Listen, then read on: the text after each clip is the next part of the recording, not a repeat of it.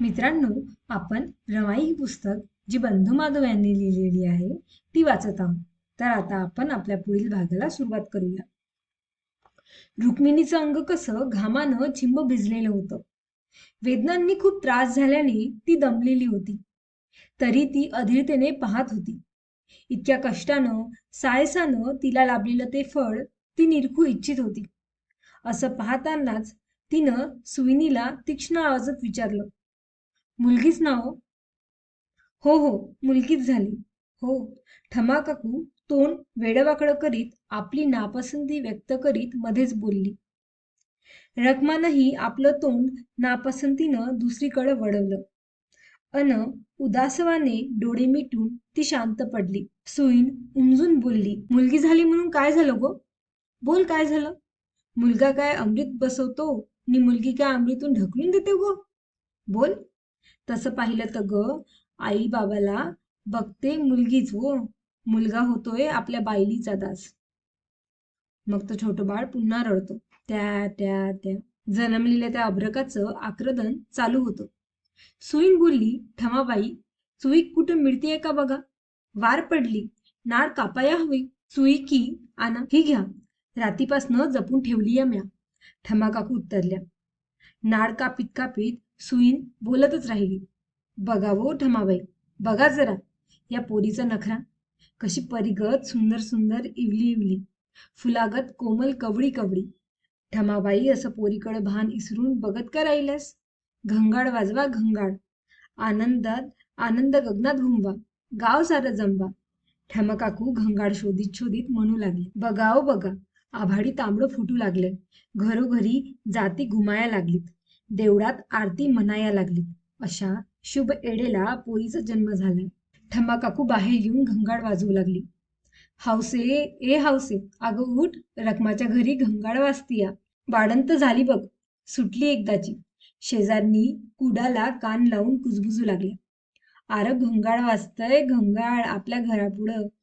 घंगाड वाजत असलेलं ऐकून भिकू असं ओरडत ठणकत उठून बसला.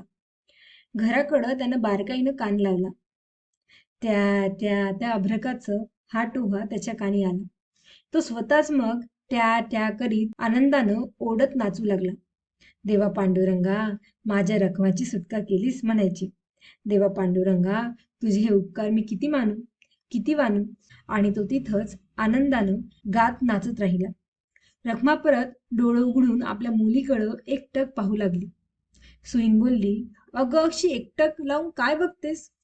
100 नबरी सोनं हाय, सोनं. ही इवली इवली म्हणजे मुलगी म्हणजे भाताची भरली भरली कगनी हाय. आईला मिळणार सोन्याचा घागरपेटा आणि बापाला मिळणार जरीचा मंदिल. ठमाबाई, बाळ बाळंतींची आंघोळीचं काय केलंय? पाणी तापून तयार हाय, तुम्ही नुसत्या उठा.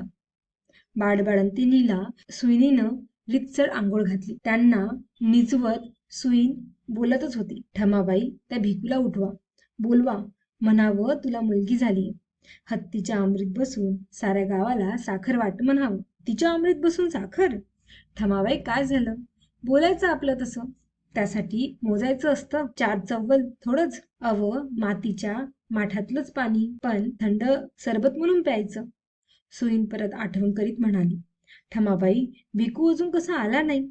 परत घंगाड वाजवा, त्याला हाक द्या, साखर वाट. घंगाड वाजवीत परत ठमाकाकू भिकूला बोलवू लागली. भिकू, अरे भिकू, ये भिकू. बाहेर सारं भगाटलं होतं.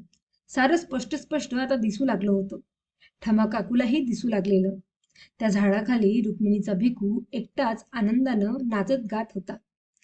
वानू किती रे सदया विठुराया दीनवत्सला. ठमाकाकू मग जास्तच मोठ्याने हाक घालीत बोलली, अरे भिकू, काय झालं र तुला? असा काय नाचत लागलास? बस तिथंच तसा नाचत. ठमाकाकू घरात गेली. एवढ्या शेजारीनी जमू लागल्या. घरात सुईणीचं ठमाकाकूचं चाललेलं बोलणं ते ऐकू लागल्या. अगं, हे लेक म्हणजे असतं जाईचं नाजूक फूल, त्याच्या नुसत्या सुगंधानं एड व्हावं. पण म्हणतात लेकीचा जलम जसा गजऱ्याचा वाफा, माया लावून काय त्याचा नफा. असं म्हणून दुनिया कशी चालेल? लेक हाय म्हणून ही दुनिया चालली या. रानच नाही तर पीक येईल कुठून? लेक म्हणजे रत्नाची घाण. या खाणीतूनही ही रत्न जन्माला येत आहेत. खाणच नसल तर कुठून ही रत्न? वय वय, खरं आहे तुमचं. जमलेल्या शेजारणी खळाळून हसत बोलल्या. जन्मलेल्या मुलीचं कौतुक चाललेलं होतं. पोरगी कशी चांदणावाणी हाय, दिव्याशिवाय उजेड पडेल. आंबा मोहरला ग पानोपानी, उगवलिया शुक्राची चांदणी. चांदणी उगविलिया, दिवा मालवा ग बायांनो. दिवा हाय कुठं? तिचाच उजेड पडलीय नव. परत साऱ्या जणी कौतुकानं हसू लागल्या. सुईण बोलली, ठमाबाई, शेजारणी जमल्या. साखर वाटा म्हणावं भिकूला. कुठे तो भिकू? ठमा काकू बाहेर येऊन जरा जोरात काहीशा रागाने परत भिकूला हाक घातली. ए भिकू, आर तिकडे काय नाचत बसल्यास? इकडे ये की. ठमा काकू, मी येईन, पण नानू मावशीची परवानगी पाहिजे. अरे नानू मावशीनच मला सांगितलंय जरा भिकूला बोलवून घे म्हणून. ये, परवानगी आहे. भिकू धावतच ठमा काकूजवळ आला आणि म्हणाला, रखमाची सुटका झाली? काय झालं? मुलगी झाली? मुलगी? वा वा वा, देवा पांडुरंगा तुझी कृपा. तू दिलंस ते घेतलं पाहिजे. पांडुरंग पांडुरंग. हे बघ, पांडुरंग ठेव बाजूला जरा. साखर आण अगोदर. प्रथम थोडी देवापुढे ठेव, मग साऱ्यांना वाट. कसं? दिस उगल्यावर पाहिजे तर जिलेबी आणून वाट साऱ्यांना. जिलेबी बी आणूया की? तुम्ही सांगावं आणि आम्ही नाही म्हणावं? असं कधी झालंय? काकू कालच साखर आणून ठेवली, पण मी घरात येऊ शकतो ना? ये आत. पुरं कर नखरं. शोध साखर. वाट साऱ्यांना. भिकू साखर शोधू लागला. रखमानं कुठे ठेवली ती सापडेना. घरातलं बोलणं त्याच्या कानावर येऊ लागलं. नानू सुईण बोलत होती, कशी सोन्यासारखी हाय वो ही मुलगी. सोन्याचा वडसा चाखवा हो मुलीला. रखमा, तुझ्या गळ्यातलं डोरलं दे बघू जरा. सहानेवर सोनं उघडून चाटवते तुझ्या या लेकीला. सारं जलम सोन्याचा होऊ दे तिचा. दे बघू सोन्याचं डोरलं. गळ्यातल्या डोरल्यात सोन्याचं एकही मणी नाही हे माहीत असून सुद्धा मंगळसूत्रावरून रखमा हात फिरवीत राहिली. गळ्यात होतं फक्त मंगळसूत्रात गुंफलेलं सोन्याचं सौभाग्याचं काळं मणी. रखमा फुटफुटली. नानू मावशी, माझं डोरलं डोरल्यात नाही. समजलं. असं म्हणत लगेच ठमाकाकूनं आपल्या गळ्यातला सोन्याचा सर काढून देत सुईणीला म्हणाली, हा माझा सर चालेल का? का नाही चालणार?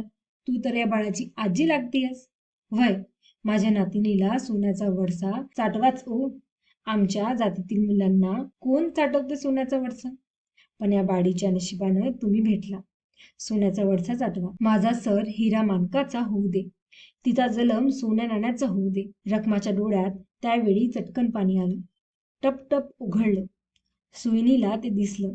ती लगेच म्हणाली, रखमे, अगं एडे, आनंदाच्या प्रसंगी असं पाणी गाळू नकस.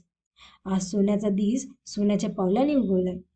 ठमाकाकूच्या सरातील सोन्याचे मणी सहानेवर घासत घासत नानू मावशी पुढे सांगू लागली, माझा ह्यो सुईणीचा अनुभव आहे. दिस उगवता उगवता जन्मलेली पोरं आईबापाच्या जलंबी उजेड करतात. त्यात ही मुलगी अक्षी राजबिंडी दिसते हो. गोरी गोरी पान, फुलासारखी छान. अगदी खरं, अगदी खरं. जन्मलेल्या सारी जणी उचलून धरलं. घ्या साखर, अगं राजाची राणीच होईल हो ही. नानू मावशी स्वर उंचावून आत्मविश्वासाने बोलली. साखर पोळं तुझ्या तोंडात. नानू मावशी. मध्येच रखमाई आनंदानं ऊर भरून बोलली, साखर तोंडात पडो कशाला? प्रत्यक्ष घ्याच की ही साखर. निघाला पाहिजे तेवढी तोंडात. घ्या, करा तोंड गोड गोड गुळमाट. घ्या साखर, घ्या साखर. पांडुरंग पांडुरंग.